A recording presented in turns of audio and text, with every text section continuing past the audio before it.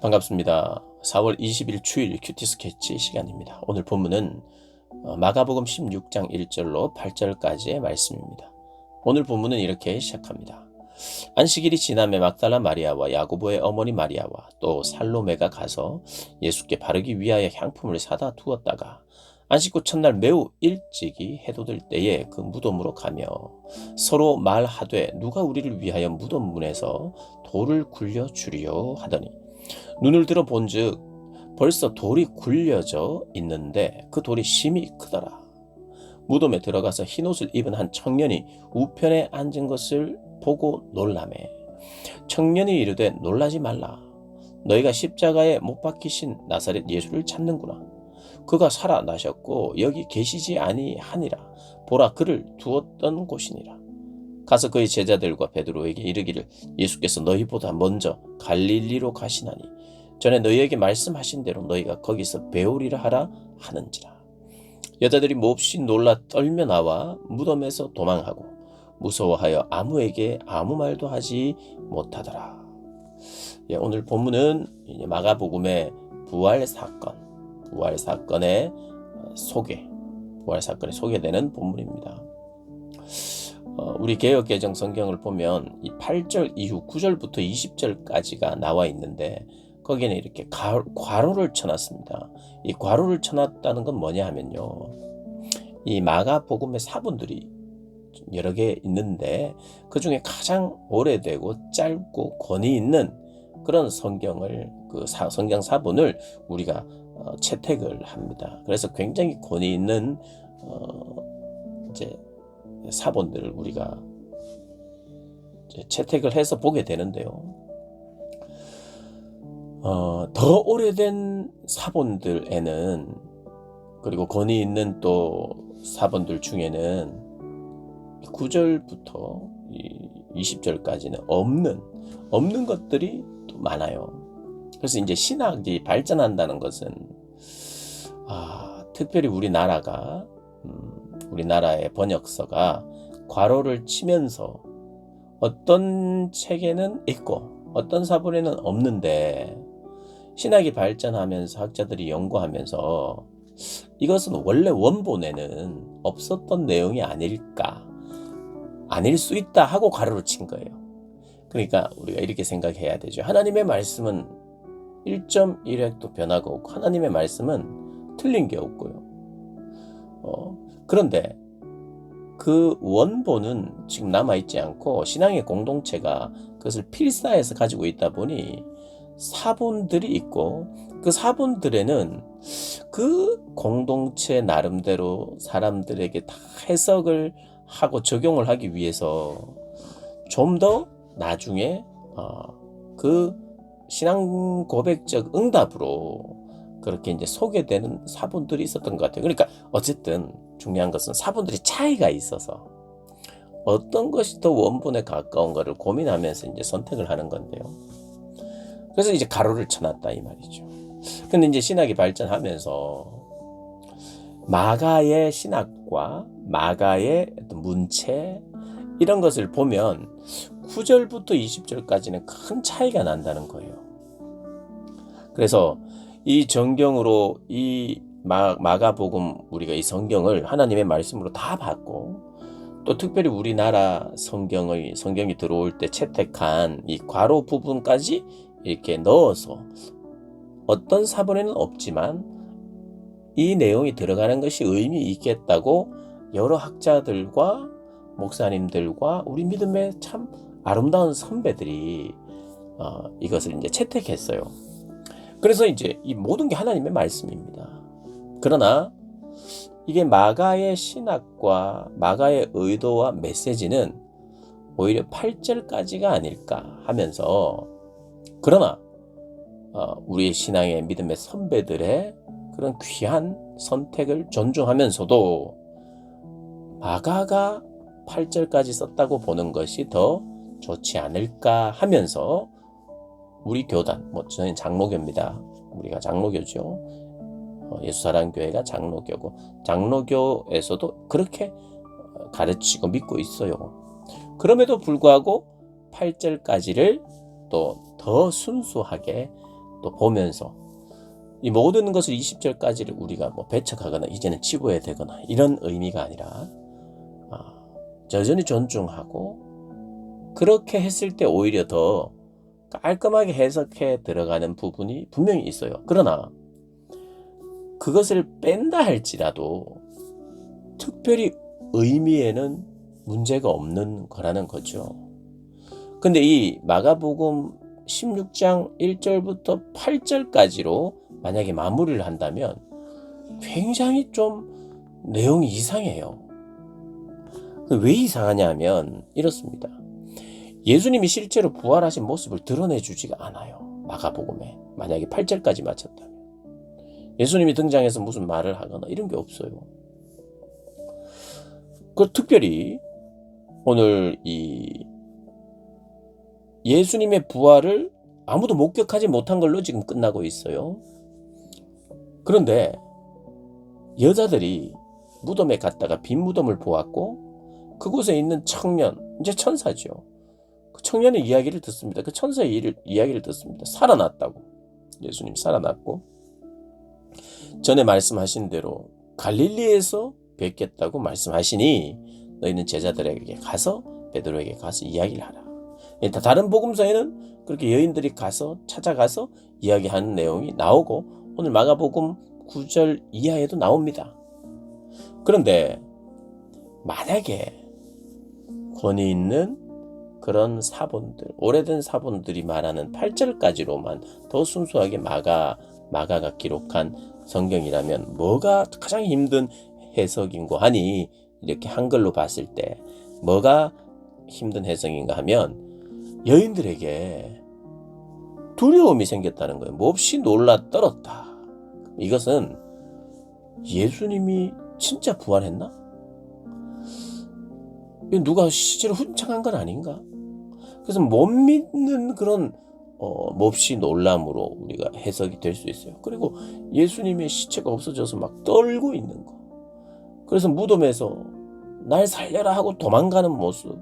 그래서 이 말을 아무한테도 못하고 그냥 침묵하고 있다는 것으로 끝마치니까 이건 너무 이상해 보이는 거예요. 그런데 이제 권위 있는 마가복음을 연구하고 마가 신학을 연구하는 이들이 이 본문은 사실 예수님이 부활을 하셨다고 하는 여운을 남기면서 굉장히 열린 결말로 부활을 당연히 했고 이 신앙의 공동체는 이미 부활하신 예수님을 알아요. 그리고 믿어요.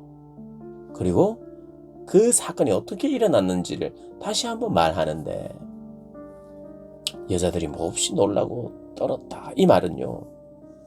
전율이 있었고 그리고 막 떨림이 있었고 이것은 단순한 두려움이 아니라 하나님이라고 하는 절대자 앞에서 내 존재가 엎드려지는 걸 말하는 거예요. 여기서 말하는 놀랐다라고 하는 이 헬라어 의미가 그분의 그 영광스러움 앞에 내 존재가 무너지는 것 같은, 내가 아무것도 아닌 것 같은 그런 놀람. 왜냐하면 부활했다고 하니까. 정말 부활한 생명이, 부활하신 예수님이 그 생명의 존재를 그때 직접 보았다라고는 말하지 않지만 그런 것을 보고 느꼈을 때 일어나는 그런 감정이라는 게 놀람이, 그리고 떤다라는 것도요. 약간 문자적으로는 정신이 나갈 정도로 너무 놀라는데 이것이 깜짝 놀랐다, 아유 무서워라 이런 게 아니라 여기서 말하는 떤다는 거 혼미백산되는, 나의 인지나 감정이 붕괴된 것 같은 그런 떨며라는 거죠. 그리고 도망갔다는 것은 이게 불신을 하는 마음으로 나 큰일 났다, 예수님 시체도 없어졌는데 내가 괜히 범인으로 몰리겠다 하고 그런 도망이 아니라 감당할 수 없는 그런 거룩함 앞에서 내가 그런 마음이 드는 거, 이 경외감이라는 거예요. 그러니까 여러분, 하나님에 대한 경외감이 이렇게 나에게 몰려들 때 거기에 그대로 있을 수 없는 거죠. 마치 내가 죽게 되었습니다. 하나님의 임재를 경험한 선지자들이 내가 죽게 되었습니다 라고 고백하듯이. 그래서 침묵했다는 것은 나 이제 조용해야 되겠다, 아무한테도 발설 안 해야지, 괜히 내가 잡혀 들어갈 수도 있으니, 이게 아니라 침묵은 정말 거룩한 충격으로 말미암아 내가 할 말을 잃었다는 그런 의미라는 거죠. 그러면 이게 열린 결말인데 뭐냐면, 이 여인들이 거룩한 떨림과 말할 수 없는 충격이 그들을 사로잡아서 부활했다고 하는 믿음이 이들에게 생기자, 그것을 듣자, 이런 반응이 있었다는 거예요. 아무 말을 할 수 없는 존재로 내가 한번 주님 앞에 서는 거죠. 그리고 나서 다른 복음서가 이야기하듯이, 또 마가복음 오늘 8절 이하가 말하고 있듯이 큰 기쁨으로 주님의 부활을 제자들에게도 이야기하고, 우리가 먼저 그 이야기를 들었다고 이야기하고, 베드로든 제자들이든 못 믿습니다. 요한도 못 믿고 안 믿습니다. 직접 무덤으로 뛰어갑니다.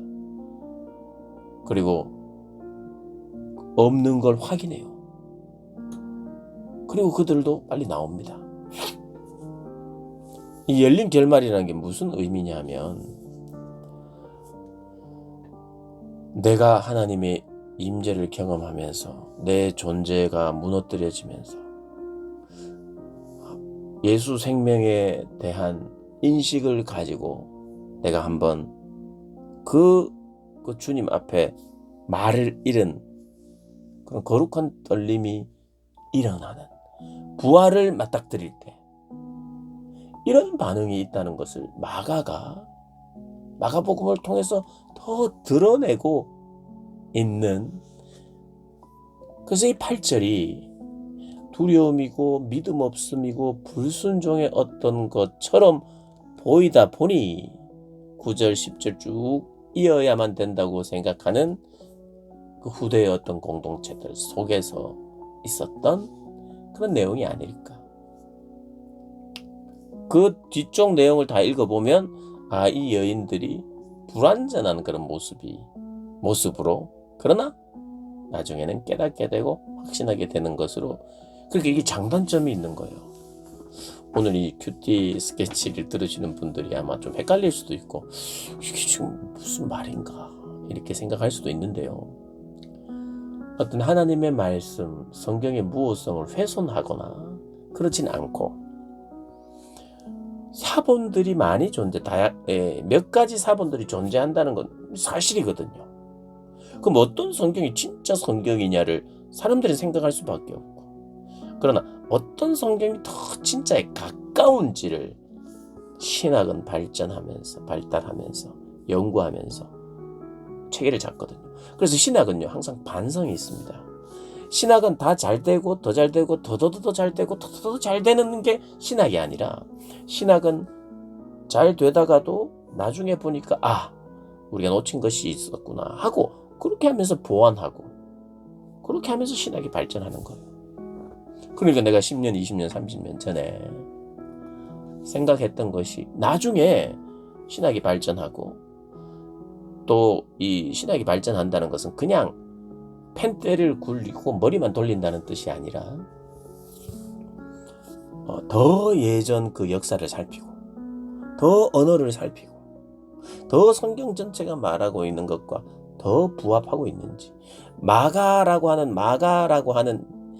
이 성경의 저자가 성경 전체를 통해서, 마가 전체를 통해서 이야기하고자 하는 바들을 정말 잘 연구하면서 보다 보니, 오늘 이 8절로 의미를 종결하는 것이 더 마가복음답다라고 이제 생각하면서 연구하는 거죠. 그렇다고 해서 이 뒤에 이야기를 가짜도 아니고 다른 복음서가 다 함께 말하고 있는 부분이에요. 그럼에도 불구하고 마가가 선택한 것은 열린 결말, 그리고 그 거룩한 충격과 떨림 앞에 부활을 바라보는 그런 어떤 여운, 그 부활을 내가 계속 맞닥뜨리고 보고 두렵고 떨림으로 있는 것만으로도 충분히 예수 그리스도의 부활을 설명하고, 그 이후는 어떤 면에서 다른 복음서와 사도행전과 이 복음들이 말하는 내용의 사람으로 변화되어 간다는 거예요. 그래서 마가가 말하고자 하는 열린 이 결말의 이야기는 어떤 의미인가? 침묵하고 있지만 이들은 아무 말하고 있지 않아요. 그러나 이 침묵과 무너짐 속에서 그들의 참된 신앙의 씨앗이 이제 일어난다는 거예요. 그래서 우리가 주님을 만날 때 이런 일들이 있을 수 있는 거예요. 그리고 이런 만남이 있어야 더 정상이 아닌가. 하나님을 만나는데 신구약에 하나님을 보면 하나님 너무 두렵고 거룩하신 분이거든요.